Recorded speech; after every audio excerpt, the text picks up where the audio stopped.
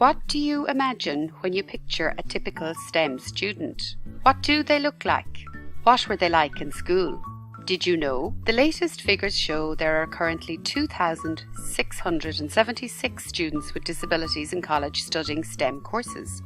Like any other student, they all come from different backgrounds, they all have different talents, and they all have different hopes and aspirations for their future careers.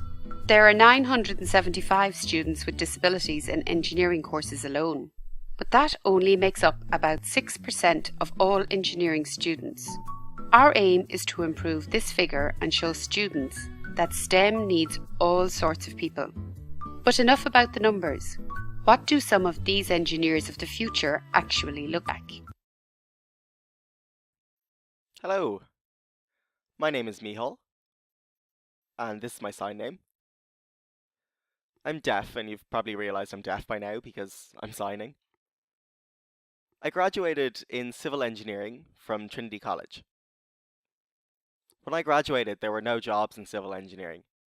The housing market had just crashed, and there were no new buildings being built. There was just no work.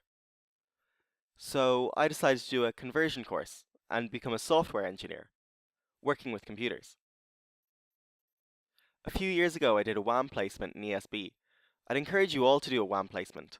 It was a brilliant experience, and it gave me a huge boost to my confidence. I also volunteered for a few deaf organisations at the Deaf Village Ireland in Cabra.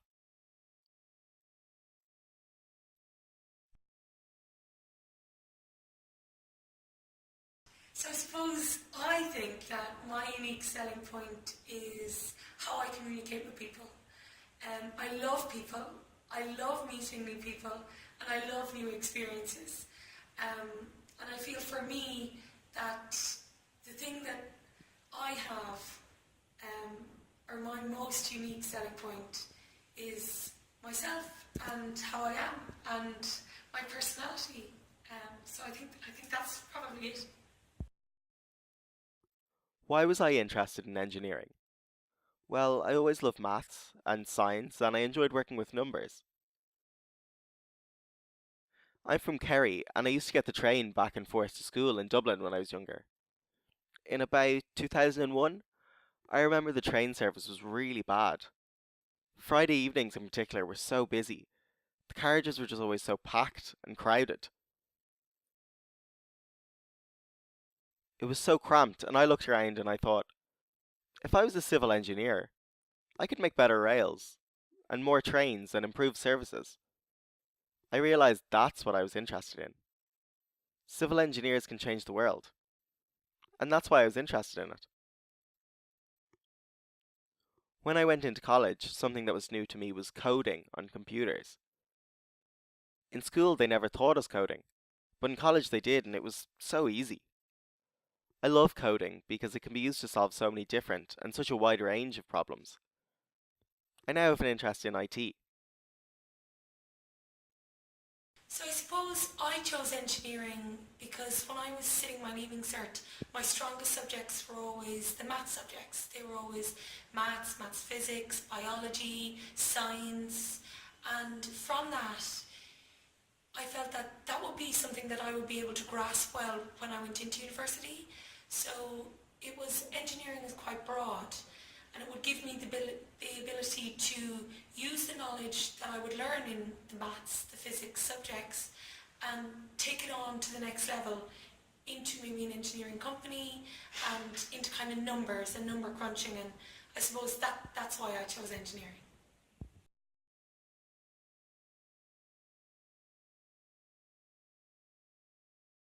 If I had a time machine and I could travel back in time and meet my younger self, what advice would I give? Would I be soft in telling him what to do and giving him advice? No. I'd tell him, get up, go out and volunteer in the deaf community. Why?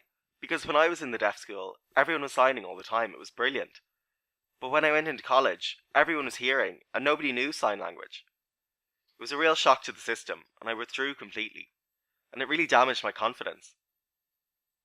It was isolating, and I didn't feel confident enough to join in with group discussions, with hearing people, and give my ideas.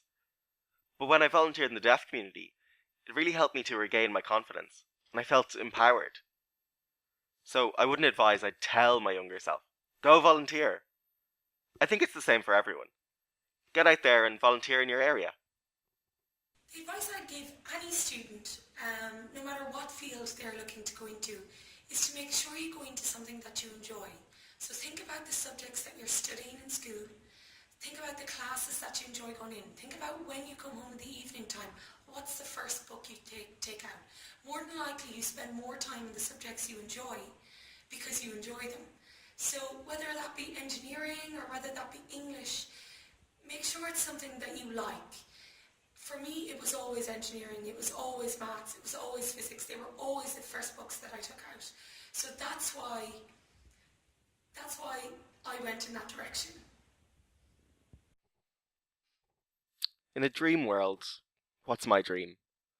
Well, in the future I'd like to set up a business where everyone is the same.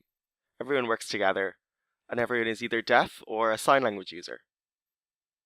Because then we'd be able to work together all through sign language, communicate and share ideas and work through problems together all through sign language. That's my dream. Where I want to be when I grow up as such is I want to lead people. I want to lead a group of people.